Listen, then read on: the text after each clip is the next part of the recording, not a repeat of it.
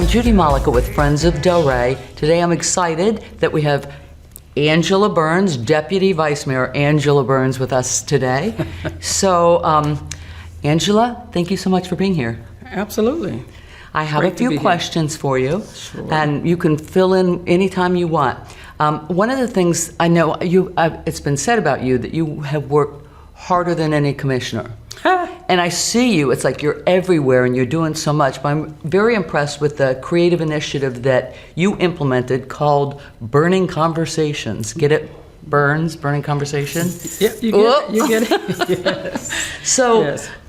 That brings city officials together with interested citizens. And I just haven't seen that happen before. I'm glad that you're doing it. What kind of topic, I've been to a few of them, but I can't make all of them. What sort of topics have you covered? Well, you know, I've always believed that access to information is, empowers the community. So I wanted to bring the city and the residents and city staff so that the residents understand more about their community, how they fit in the community. And so it gives them a safe space to ask questions. So Mr. Moore thankfully comes to many of the Burning Conversations, and each time I'll invite city staff from certain different departments. So we've had Ken from Sustainability. He's come to talk about hurricane mitigation. He presented grant opportunities to our community, for hardening homes, for windows, doors, that kind of thing. Nice. We've had Parks and Rec come to present. The police department came to share information about, what goes on in the community, and residents were able to ask questions. We've had CRA comes. I think Renee, the executive director, attends most of them. Okay. So just to give the residents an opportunity to ask questions, raise their concerns, and kind of bridge the divide between residents and the city. Well, sometimes it can be intimidating when you see City Hall. Absolutely. But I know that you brought code enforcement. I learned a lot the time that I was there during that. And then some of the questions were pretty good too. And I also invited the property appraiser. When people got their taxes, they were looking at, and there were some that felt that there was some miscalculations. So the property appraiser came and explained a review process, or a process by which they could have it recheck or repeal process. Okay. And then we also talked about the super senior homestead exemption. And as a result of that meeting, we were able to pass that. So they've been very informative to the community, and I think appreciated by the community, and it keeps me involved and engaged in the community, so that I'm aware of what the concerns are. We're learning along with them. Absolutely. Yeah, good. You've been at this now for a couple years. Are you exhausted?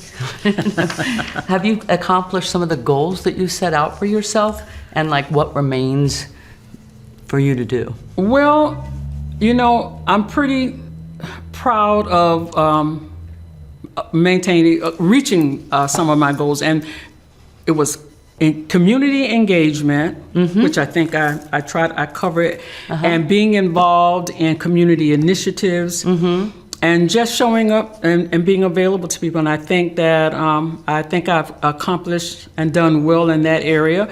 However, public safety still remains, there's much work to do. 3 years is very little time to get all of the work that's involved. So public safety still remains a priority, to improve public safety in our community, to get serious about affordable, attainable housing. We have very little space. The CRA is probably the biggest vacant property owner in Delray. Yep. So that is going to be high on my priority list for, time going forward. And also sensible development. I mean, we have this property that's on West Atlantic Avenue, and I'm looking forward to developing it that it meets the needs of the people. You know, we've been wanting a grocery store, a banking facility, a pharmacy, and all of those institutions that are walkable to people and that will serve the community. So I'm looking forward to that. And what else? I think, and education, of course. Let's hear about that. That's one of my questions. You beat me to it. You know, education is very important, and you know, we have to meet our students where they are, and we have to meet our community where it is, and I'm talking about career and technical. You know, not everybody is going to go to college, and right. we have an opportunity in Delray to have a space over at the Delray Full Service Center. So it's really important to me to see that, get off the ground, see phase 2 go into effect, so that we can have those career and technical training opportunities for our students. So education will always remain. You were a teacher for 34 years, right? 34 years. Yeah. 34 years, yes. And how do you see ways of sort of improving some of our schools that are, I guess, have lower grades? Well, I mean, I know that's not your job. As I said, I just think that we need to look at, you know, what the city can do. I think that building a stronger partnership between the school district and the city is a must. We have to build that relationship. And then getting local organizations, you know, we have great organizations and nonprofits in our community that do a great job, but I think we need to get more more of our community involved. This is going to be like a whole city, a whole community effort. You know, maybe getting the churches involved, the sororities and fraternities involved. We have a lot of retired educators and professionals, and I just think that getting everybody involved and working on one accord, and that is for our students. Every child deserves a quality education, and I think once we start addressing the needs of the families, the mental health, the services, maybe we need dual language programs in some of our schools. So we need to service what's behind those walls, and not, you know, have a blanket or a one-size-fit-all. It doesn't work that way. So just addressing the needs of the individual students and understanding who is behind those doors, and making sure that we're bringing services or supporting services that will support the families. You know, getting the family engagement. It's a must. Absolutely. You can't do it without it. And I think a lot of that is missing. So a lot of the missing gaps, and I think as a city, and we have to be the cheerleaders. The city has to be we have to show our community and our schools that we care about them and cheer them on. I think we should be the one with the pom-poms? With the pom-poms, yes. Recognizing our schools, shouting them out. Every commission meeting, we should have a school that we're recognizing those students for the accomplishments that they are making.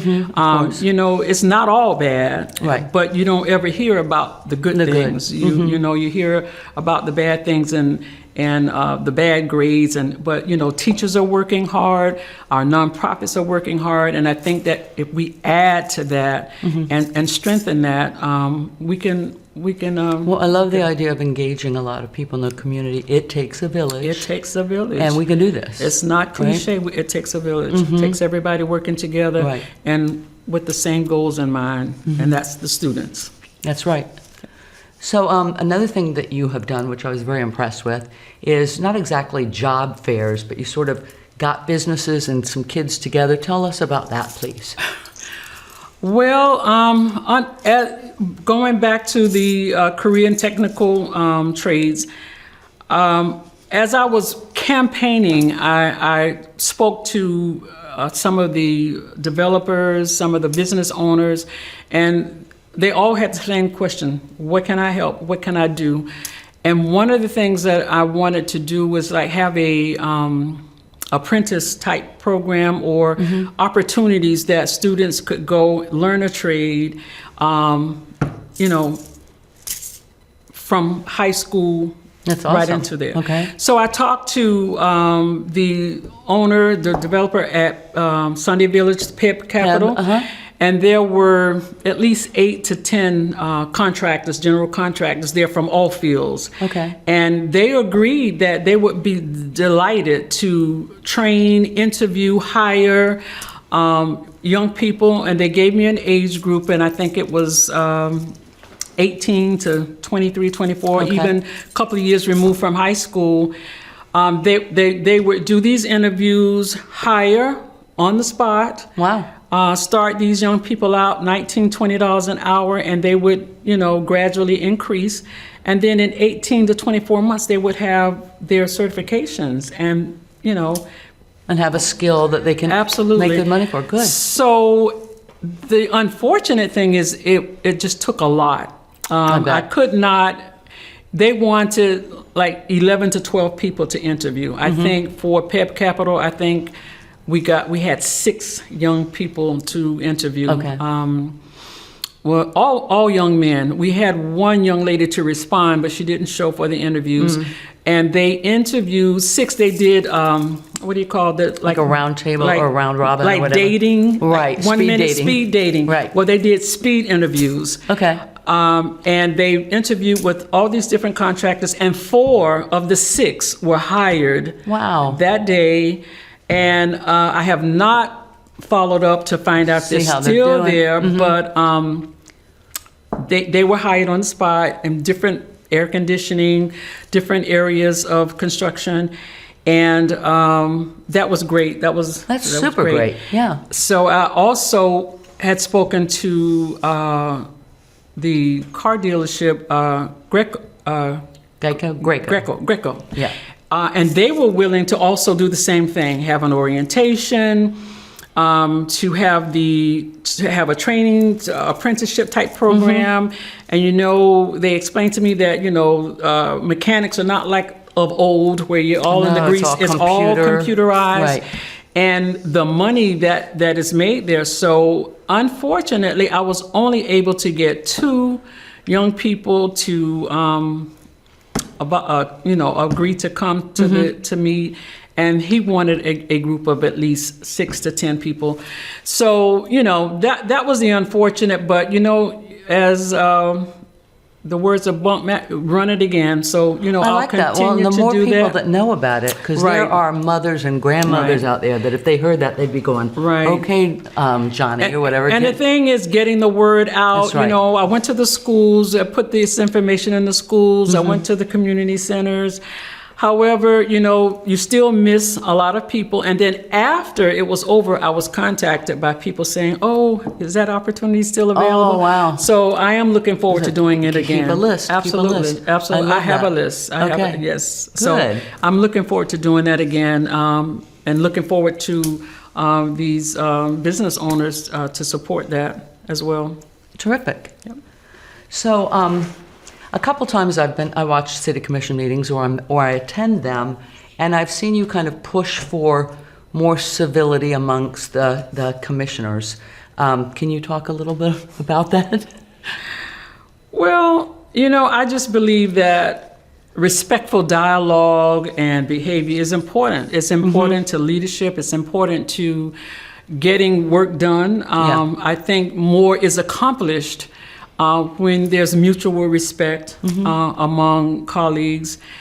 And, you know, we're there for a purpose. We're there to get the business done of the city, working for our residents, our taxpayers.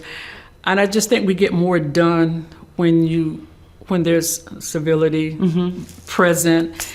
You know, you don't get much done when there's a lot of back and forth arguing, and then you disrespect me, I feel disrespected, and now we're in our feelings. You know, I just feel that you get more business and work done. I'm a problem solver, and, yelling at someone or being disrespectful, it does not solve Doesn't problems. solve the problem. So I just think that, it's just in my nature.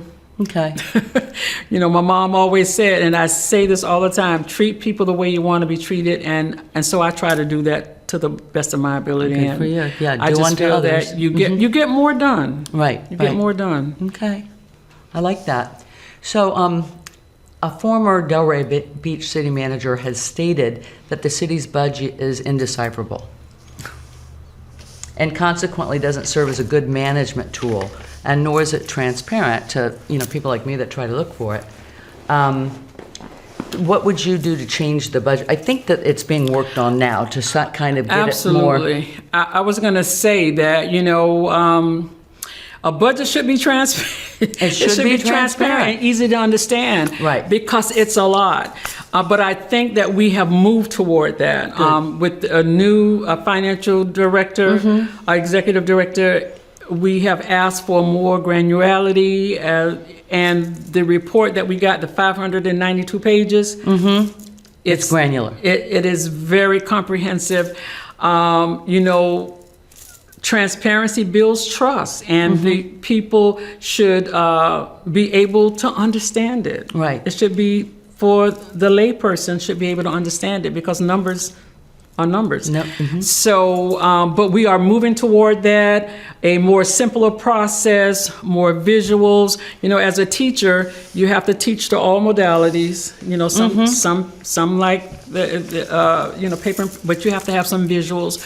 So I think that we have moved toward that, and just having a simpler process, a longer period of time, so that the public can have more time to participate and, participate in the whole process. So we're starting earlier. I think that's a great strategy. Is that 500-page report somewhere where the public can see it? Yes, or it not is. yet? It is? Yes. Okay. Yes. Right. Yeah. I have a copy. You want mine? I do, yes. Yeah. We get a binder for it. Yes. Yes. But I think that, as we move forward with this, with our new financial director, we're moving toward a more simpler process, a more transparent process, and that's what we need. More We need one understandable. that people can understand, so that we can build the trust that, there's nothing being hidden, and there's nothing, it's there. And so I was very pleased with not the 592 pages, but with the format. Good. It was very I look simple, forward to line checking for it out, line. because I've got a lot of curiosities, so I'm going to Yes, dig in that yes, and have some fun. Yeah. My idea of a good time. Hey, you have filed for your candidacy in 2026 already, right? I did. 3 more years. 3 more years. Well, I wish you lots of luck in that. And I'm delighted that you were here to speak with us, and look forward to having you back again. Well, thank you. Thank you. Yes, it was a pleasure. Thank you. I'm Judy Mollica. Friends of Delray, please let your voices be heard, get engaged, talk with neighbors, and attend city meetings. And watch for our next podcast and video. We believe that Delray is best when we're stronger together. Another beautiful day. We're on the getaway. Take A180.